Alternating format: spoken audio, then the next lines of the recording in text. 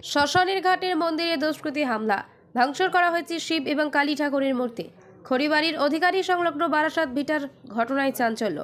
জানা গেছে শুক্রবার ভোরে রাতে কয়েকজন দুষ্কৃতী বারাসাত ভিটায় বালুবাড়ি শ্মশান ঘাটে মন্দির থাকা শিব এবং কালী ঠাকুরের মূর্তি ভাঙচুর করে।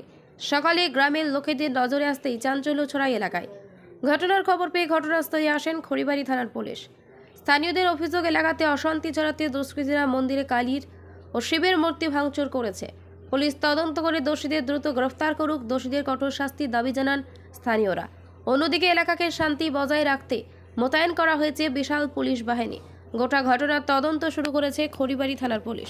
ঘটনাটা আজকে সকালবেলা ঘুমিয়েছিলাম, তখন গ্রামবাসীরা ফোন করলেন। ওনারা জানালেন কি আমাদের মায়ের মন্দিরটা ভেঙে দেওয়া হয়েছে এবং প্রতিমাটাকে ছিনভিন করে দেওয়া হয়েছে।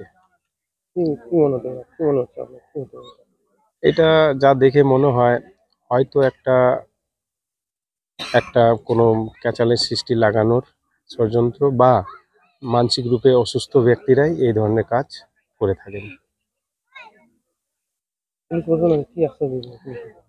প্রশাসন এসেছেন, ওনারা আশ্বাসন দিয়েছেন মায়ের প্রতিমা এনে স্থাপিত করবেন পুরোহিত দ্বারা, এবং ওনারা যথাই পাশে আছেন, আশ্বাসন দিয়েছেন।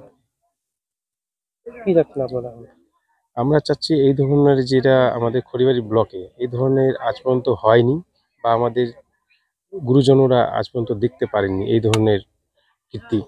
তা আমরাও চাই পুলিশ প্রশাসনের দ্বারা কি এই ধরনের কাজ কোনো জায়গায় যদি হয়ে থাকে ইনকোয়ারি করে তাদেরকে ধরে উচ্চতম যেটা শাস্তি হয় ওনারা প্রদান করুন। এটা খড়িবাড়ি ব্লকের অধিকারী বারাসাত ভিটা বালুবাড়ি শ্মশান ঘাট। আমার নাম সঞ্জয় মণ্ডল, অস্থায়ী পঞ্চায়েত সদস্যের স্বামী। অধিকারীতে রয়েছে।